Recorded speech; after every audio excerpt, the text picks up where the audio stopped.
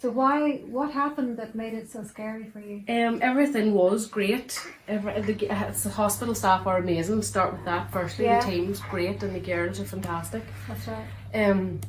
So this is through no fault of their own. No. But yeah, I had went 10 days over and they were bringing me in to induce me, and I got as far as my waters being broken. Then I went naturally myself, and I got up to the 10 centimetres and I was just pushing for far too long. Yeah. I think they let me go for an hour and a half possibly. And he wasn't coming out at all. He didn't want to move. And then his heart rate dropped. And then I started to get into distress. So the only option was then to go to theatre. They did try, they thought they might be able to do the forceps, but it wasn't going to work.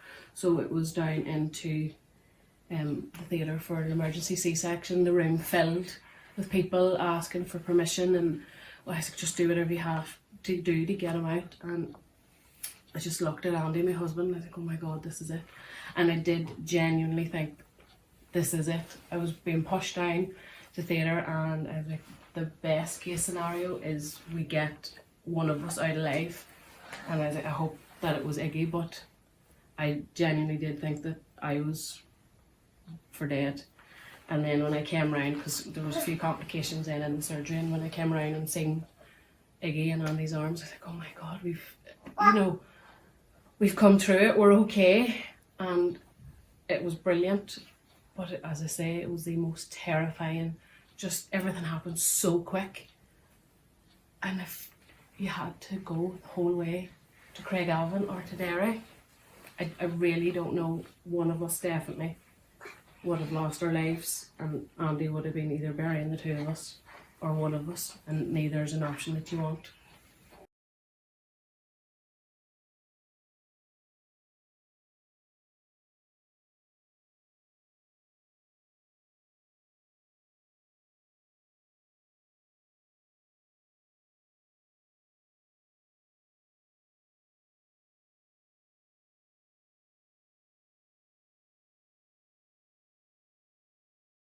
Nine To date, yes.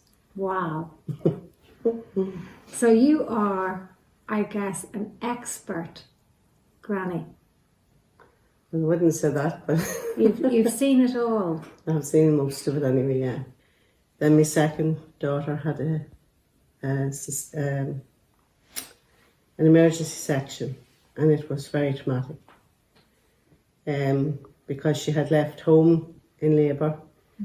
I was thinking that everything would go to plan, and it wasn't until then her partner rang to say that it ended up in emergency section. And it was just the thought of what would have happened if she wasn't in a hospital close to us here in Fermanagh. Because if she had to have travelled for that emergency section, I probably wouldn't have had a grandchild, nor maybe even the mother, which is scary to think of. So it's just so important that we have our hospital here in Fermanagh, because we're a rural area. No other hospital is close to us. Everything is in distance, long distance to travel. And it just doesn't bear thinking about what could have happened, do you know?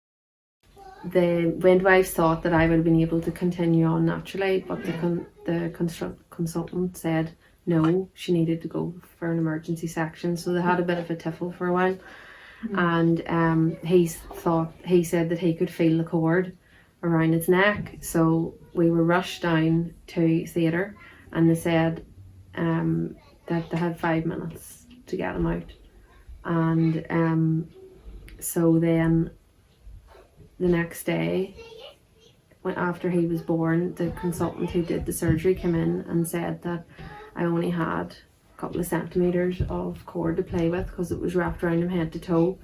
So if we continued on naturally, he wouldn't be here, he would be dead.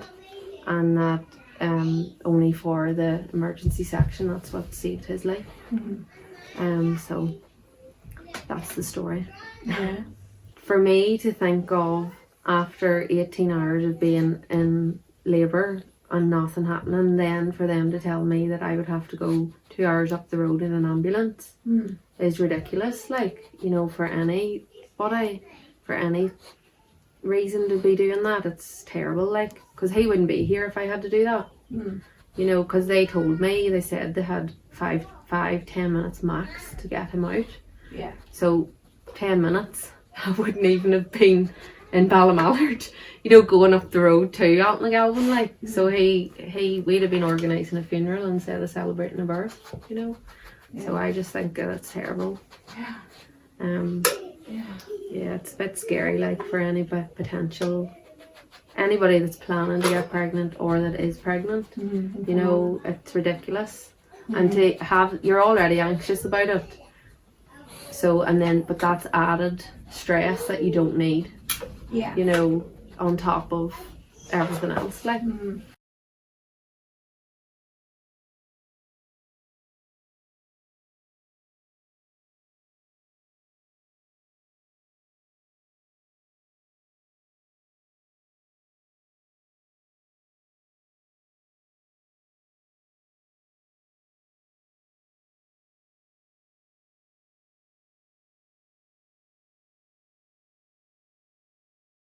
They couldn't figure out what was going on, and the heart rate was down. It wasn't gone, it had just dipped, and it wasn't coming back up to where they would like it to have been for me to progress in labour. What did that feel like for you? In the beginning, I suppose I didn't know just how panicked it was, but as they got me round to the labour ward and there was more people checking the printouts and they were talking among each other, and theatre was ringing to see were we coming for this emergency section. And, you know, all I could hear was, yes, this girl's, we need to go to surgery, we need to go now, sort of. That's when I panicked. And I didn't know what was going on. There was just people everywhere, not in a bad way, but there was just such a rush and nobody had time really, I suppose, to explain properly what was happening. So basically I was gowned up, drips and stuff put in and lines put in ready for theatre, and I was run to theatre with Brian coming after me trying to gown himself and get ready for in. So we got to theatre, again was met by theatre nurse and people in there, just different things checked. I mean, I entered theatre at 5:05 and I think was knocked out somewhere around 5:20 and she was here 5:25, so it was very, very quick. But those few minutes were very scary, you know, very, very scary.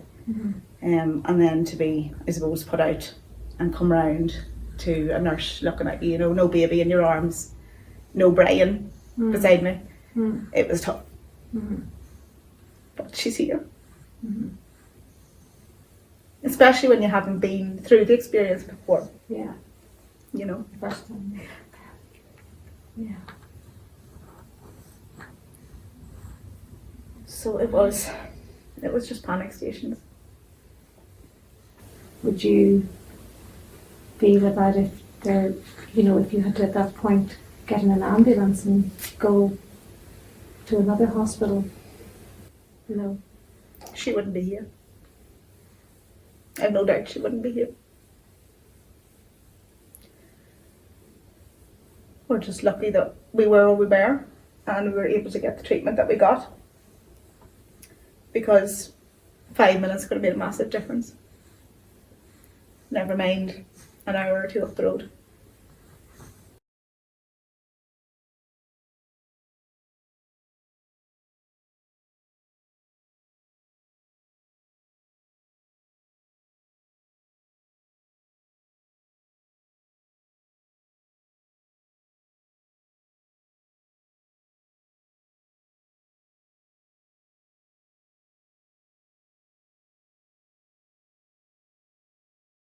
So an hour and a half it took you to get things sorted out for the children to be able to get into Enniskillen. Yes.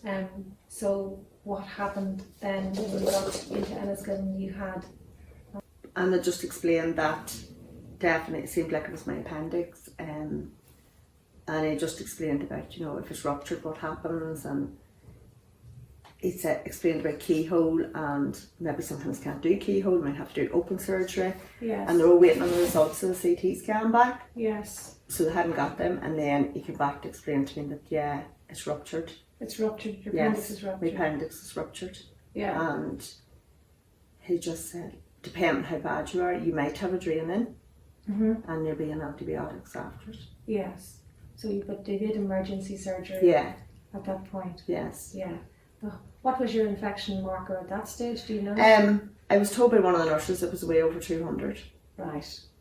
Yeah. So you know, if at that point, how, you know, if you weren't able to get emergency, so it took you an hour and a half to get into Enniskillen, and you know your infection markers were dangerously high at that Yeah. stage. So you can you imagine, like, you know how ill you were at that point, if there was no hospital, if there was no emergency surgery available for you with a ruptured appendix at that point, what would your experience have been like if you had to go to Obstetric or somewhere else? Oh, I dread to think, because as well as being ruptured, they were gangrenous. Yeah. My appendix was gangrenous as well, so I ended up in the hospital for over a week on a drain, Yes. on an IV antibiotics. Yeah.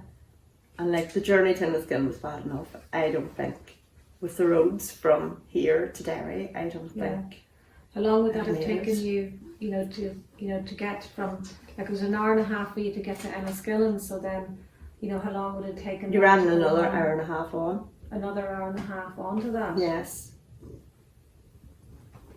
Right. So that could have been 3 hours when you were very, very, very seriously Yeah. ill. Yeah. Think you'd have made it? I don't think so. I just know when I was in the recovery after the surgery, and the wee nurse, like, the first thing I remember was going, Majala, you are so lucky. You were such a mess. They had to come out. And the surgeon came up to see me the next morning to see how I was. And he just said to me, he says, you're a very, very, very lucky lady. He says, you were a mess. He says, you were really bad. Yeah.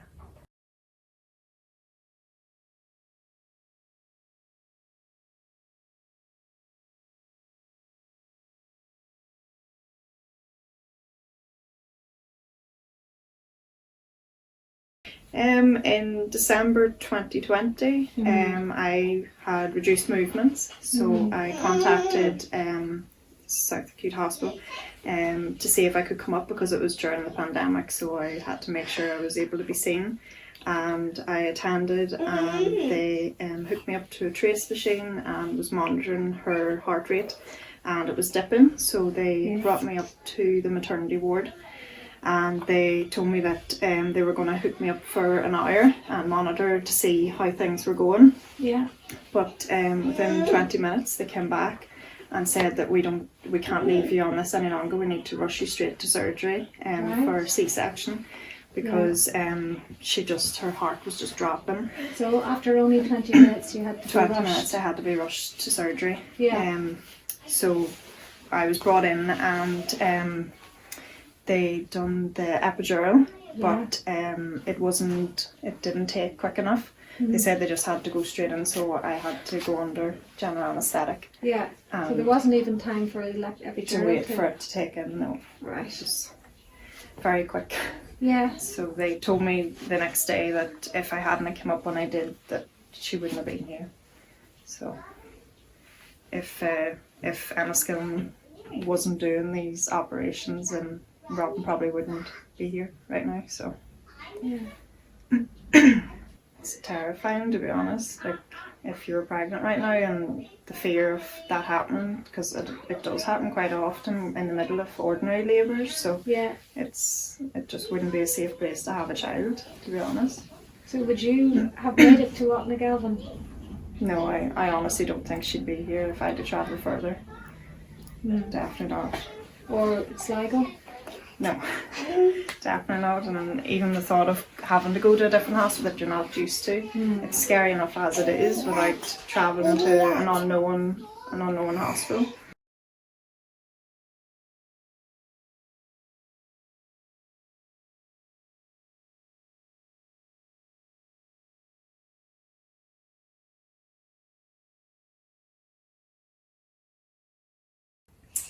I had went in to SWAH twice with reduced fetal movement, and on the second visit it's protocol to be induced. And things were progressing nicely, but the issue was that her baseline was very high in her heart rate. Your heart rate, yeah. And that was very troublesome, and it didn't matter what way the position made, that just remained high. Yeah. So after so many hours they discovered we're going to need to go ahead with emergency cesarean. Now that decision was made at 7 p.m. in the evening. Yeah. And I made the journey through the delivery suite that I was in down to the emergency surgery department. How did that feel? It actually seemed like a lifetime. And I was only going through floors of the hospital, in the elevator, through many double doors, and I thought, am I ever going to get there? And when I did, there was an array of people, and they were all as welcoming as possible. And I was just looking through my notes this morning just to refresh it all in my head, and it said that the surgery had started at 24 minutes past 7, and by 26 minutes past 7 my little daughter was born. And it was only at that moment that they discovered that the cord was wrapped around her neck twice. They weren't aware of that. That's what the emergency was. Now, can you tell me if that would have been as successful if we had to get in to an ambulance and down the road to Annagellan? Can anybody? I don't think so. So this is a success story, and this is because we had the emergency services in Limerick, which I'll be forever grateful for. Forever.